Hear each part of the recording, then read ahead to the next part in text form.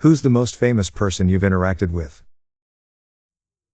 Michael Bublé was my youth rock climbing coach, instructor. Keanu Reeves stayed at my mom's bed and breakfast for a weekend in the mid-90s. He was traveling with his band before shooting Speed. He was awesome, we showed him around town and played video games together. I had a coffee with Tom Hardy once before he got really famous. It was back in the very early 2000s when he's still a struggling actor in London. Seriously nice dude. I was walking down the street in NYC holding my friend's baby and we walked by Willem Dafoe. He stopped right in front of me and said, "Hi baby," to the baby, in a nice but kinda creepy way. But maybe just creepy coming from him. There was a friend I had. She had a boyfriend that was an engineer and she always told me about how I'd get along with him fabulously. Turns out her boyfriend was Granda Maharalol. Christopher Lloyd. He was my ex-wife's uncle. Came to our wedding. Super nice guy. My uncle met Morgan Freeman in an airport once. Apparently he said, "Hey, ain't you that fella in the movies?" And they talked for about an hour. Nick Offerman. It was my bachelor party and we happened to be eating at the same bratwurst restaurant. As he was leaving we asked if he was open to take some pictures. I had asked him if he had any marriage advice. And this is what he said. "You're doing the right thing. She is always right. Eat lots of sausages." My buddy Keith this one time. He walked into a GameStop butt-ass naked and ran from the cops. He got on national TV just by hiding under my shed playing Halo with me for a couple days. I was a teenage boy in the 90s with a backstage pass to a wrestling show. Big Show asks me, ever so politely, to get him and the announcer guy some cigarettes. I'm too young to buy cigarettes. I don't know where to buy cigarettes. But when a beep giant asks for cigarettes, you figure out a way. I ran across the parking lot of the packed Silverdome Arena to the gas station to buy cigarettes.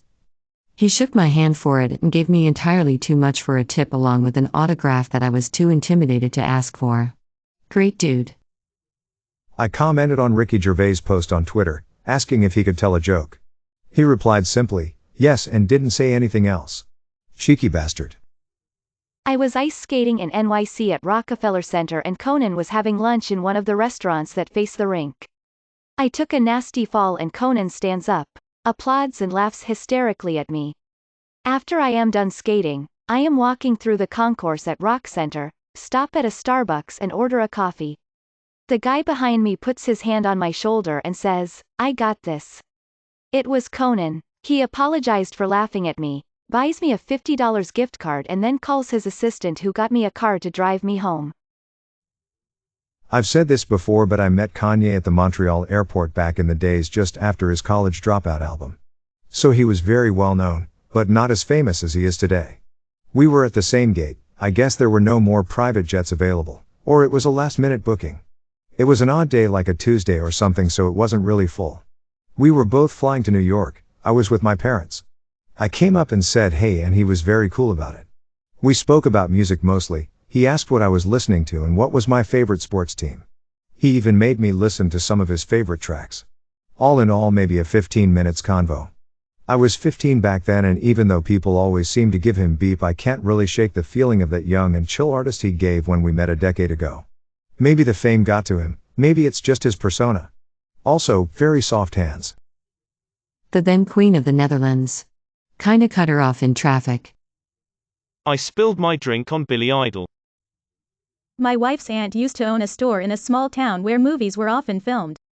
One day a man and woman came in and approached the counter.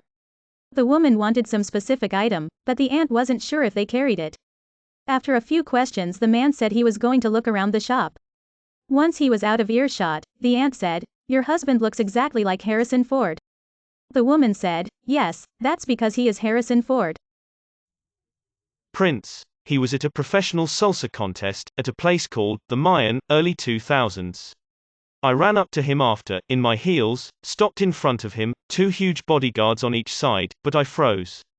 He looked at me and said, "You're adorable." They kept walking. Lol. I spent a day hanging out with Buzz Aldrin. He was doing a signing for his autobiography and my store had me follow him around for the day taking pictures. The fun part was when he stayed to watch the rocket launch in our magazine LTV. He kept on cracking jokes about the astronauts. Things like they are sending that guy to space? He could even pass space camp last I saw him. Clint Eastwood. He came into a recording studio I worked at like 10 plus years ago. He was really nice. His pants were already working their way up to his armpits in true old man fashion style. Must be over his shoulders by now. I met Elton John on a plane. People don't believe me because, YTF would Sir Elton be flying commercial? He bought every ticket in first class, and when I walked by I did a double take and he gave me a smile and a nod. I work at a luxury skincare store. Met lots of celebs, but my favorite was Jake Gyllenhaal. He was holding an empty cup of ice cream from a local place. I got ballsy and asked him which flavor he got. He said cookies and cream, to which I replied solid choice. He then deeply looked into my soul with his beautiful eyes and said I don't deep around. Praising myself to this day for keeping it professional. Thor and Odin, dogs who played direwolves on Game of Thrones. They were very good boys. Robin Williams during an early ride for the Roses. I was working the shop space and he needed snacks. I just gave them to him. I was with my dad at a fancy dinner party at some fancy place in downtown Toronto. We were just mingling, talking to co-workers and such, when we both noticed Bill Clinton standing across the room. I didn't really say much, but my dad struck up a conversation with him. During the conversation it turned towards a more Q&A feel, to which my dad asked Bill only one question before we left him in peace: what was your biggest regret as President of the United States? I still remember his answer, making all those who heard it hush. My biggest regret was the fact that I could have saved 100,000 people in Rwanda. 100,000 souls still could have lived had I made the order. I had the papers ready, provisions in place, but I was swayed by my advisors. I could have saved them. The pain in his eyes was real, and I remember only thinking how much guilt could rest. One moment in my life I will never forget. Jeremy Clarkson, James May and Richard Hammond. Saw them down in London when they were still doing Top Gear. They pulled over to get some food, and whilst the cameras were off I said a few words to them and had a laugh. That was a good day. Tom Cruise, Johnny Depp, Liam Neeson, Woody Harrelson are the most famous, I would say. I work as a movie extra on the side. They were all lovely in their own way. Ed Sheeran. I was 9 to 10 and I got lost at a festival and ended up backstage. He helped me find my family. Very nice man, smiley face. I saw Helena Bonham Carter walking across Tower Bridge at rush hour. No one noticed her but me, it seemed, and she shot me a look like, "Please don't make a scene." I didn't. I met and hung out with Kelly Clarkson for an hour or two on her talk show as a guest. She was an extremely nice person and was an incredible host. Jimmy Fallon. He was honestly super chill and down to earth. Coincidentally sat next to him at an event and chatted with him for 2 to 3 hours.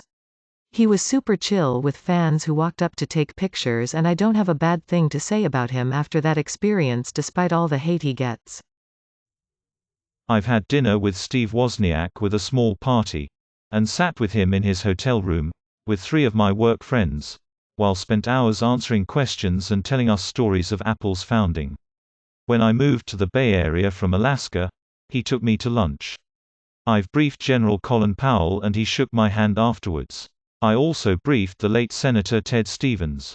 These were military briefings. I presented a hand-cranked Lego machine that could accurately calculate eclipses of the Sun, Moon to Sergey Brin at the Sci-Fu conference. It was a Lego implementation of the original ancient Greek Antikythera mechanism. I helped Bill Nye fix a computer problem at Sci-Fu and sat in on his solar sail presentation, and he sat in on my Antikythera mechanism session. I also accidentally sat on the same chair that Emperor Hirohito had once sat on, in the commander's office at Elmendorf AFB. Edited a word. The local weatherman. May your day be filled with joy and happiness. And please remember to subscribe to Upvote for the best quality content every day.